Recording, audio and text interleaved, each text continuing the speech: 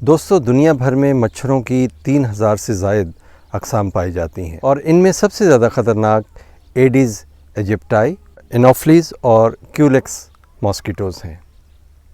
ان 3000 اقسام میں 70% جو ہیں وہ ایڈیز ایجپٹائی ہیں اور یہ وہ مچھر ہے جو کہ ڈینگی بخار کا باعث بنتا ہے۔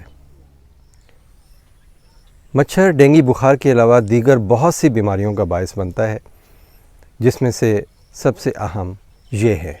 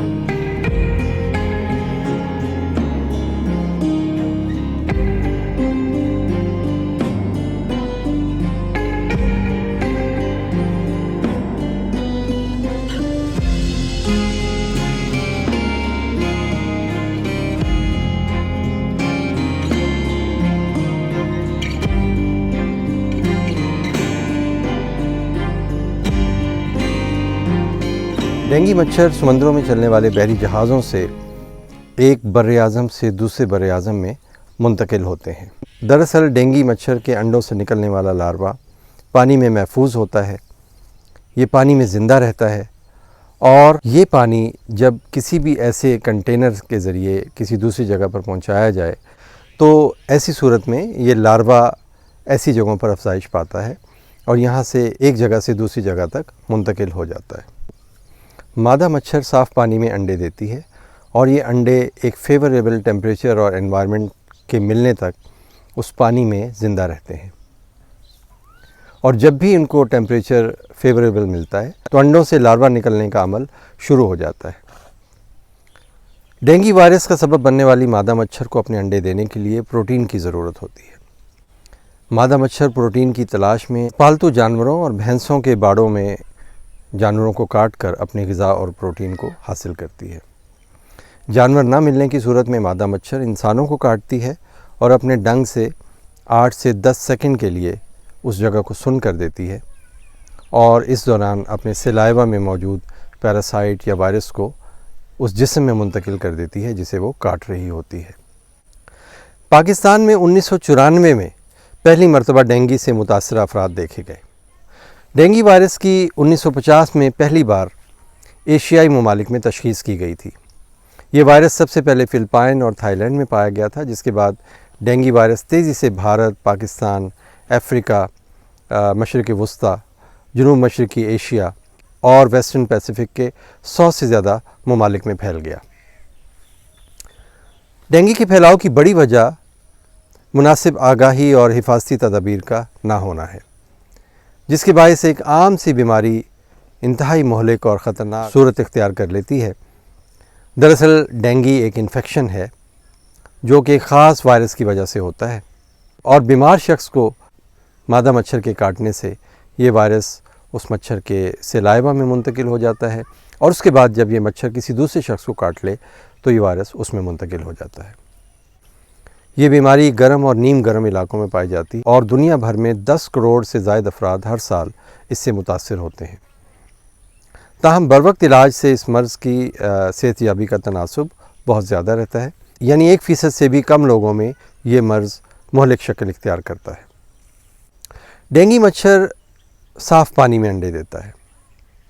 مادہ مچھر گندے تالابوں اور جوہڑوں کی بجائے گھروں میں موجود پانی جمع کرنے کے برتن جیسے واٹر کولر اور ٹینکیوں کے قرب و جوار، صاف پانی سے بھرے برتنوں، پودوں کے گملوں، غسل خانوں اور بارش کے صاف پانی میں تقریباً سارا سال ہی پلتا رہتا ہے، لیکن برسات کے موسم میں تیزی سے اس کی افزائش نسل ہوتی ہے۔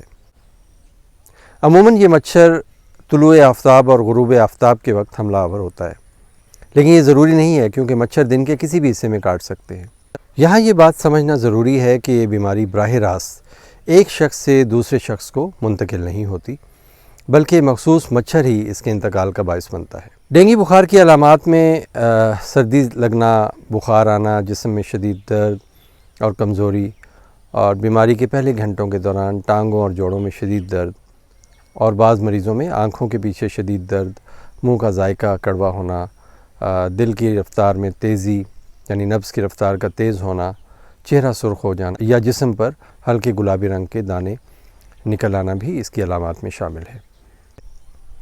ڈینگی بخار کی شدید شکل جو کہ بہت ہی خطرناک اور جان لیوا ہو سکتی ہے، اسے ڈینگی ہیمریجک فیور کہتے ہیں، اور اس کی نمایاں علامات میں آنکھوں کے پیچھے شدید درد، پیٹ میں درد اور جسم کے مختلف حصوں جیسے دانتوں، مسوڑوں اور ناک سے اور پیشاب کے راستوں سے خون نکل سکتا ہے۔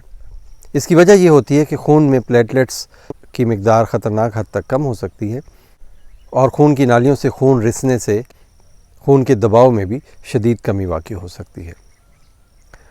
جب خون کے دباؤ میں شدید کمی واقع ہو جائے اور خون کی نالیوں سے خون کے ساتھ ساتھ دوسرا فلوئڈ بھی، باڈی فلوئڈ بھی باہر نکل کر ٹیشوز میں پھیل جائے تو اسے ڈینگی شاک سنڈروم کہا جاتا ہے۔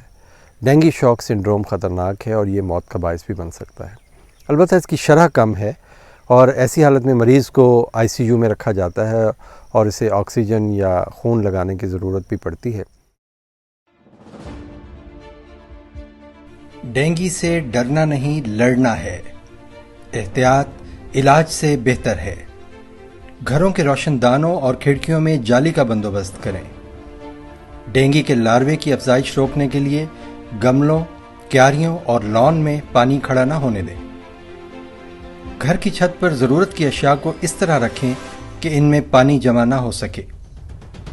کاٹ کباڑ، فالتو سامان اور پرانے ٹائر فوری تلف کر دیں۔ بارش ہونے کی صورت میں پانی کے نکاس کا ضرور بندوبست کریں۔ صاف پانی ذخیرہ کرنے کے برتنوں، ٹینکیوں اور ڈرمز کو ڈھانپ کر رکھیں۔ کہیں پانی لیک ہو رہا ہو تو اس کا فوری انتظام کر دیں۔ رات کو سوتے وقت کوائل، مچھر بھگاؤ لوشن اور مچھردانی کا استعمال کریں۔ ریفریجریٹر کی ٹرے اور روم کولر میں پانی جمع نہ ہونے دیں۔ بچوں کو پوری آستینوں کے کپڑے اور پتلون پہنائیں۔ قبروں اور دیواروں پر پرندوں کے لیے رکھے گئے پانی کے برتن خشک اور صاف رکھیں۔ یاد رکھیں، ایک صاف ستھرا ماحول ہی ایک صحت مند معاشرے کی تشکیل کر سکتا ہے۔ دوستو، پرہیز علاج سے یقیناً بہتر ہوتا ہے، اور اگر ہم اپنے ارد گرد ماحول کی صفائی کا خیال رکھیں گے تو اس سے نہ صرف ہم ڈینگی بخار بلکہ بہت سی دیگر بیماریوں سے بچ سکتے ہیں۔ خدا نخواستہ اگر ڈینگی بخار کی تشخیص ہو جائے تو گھبرانے کی بجائے بروقت علاج اور حفاظتی تدابیر اختیار کرنی چاہیے۔ اس طرح ہم بآسانی اس مرض کا مقابلہ کر سکتے ہیں۔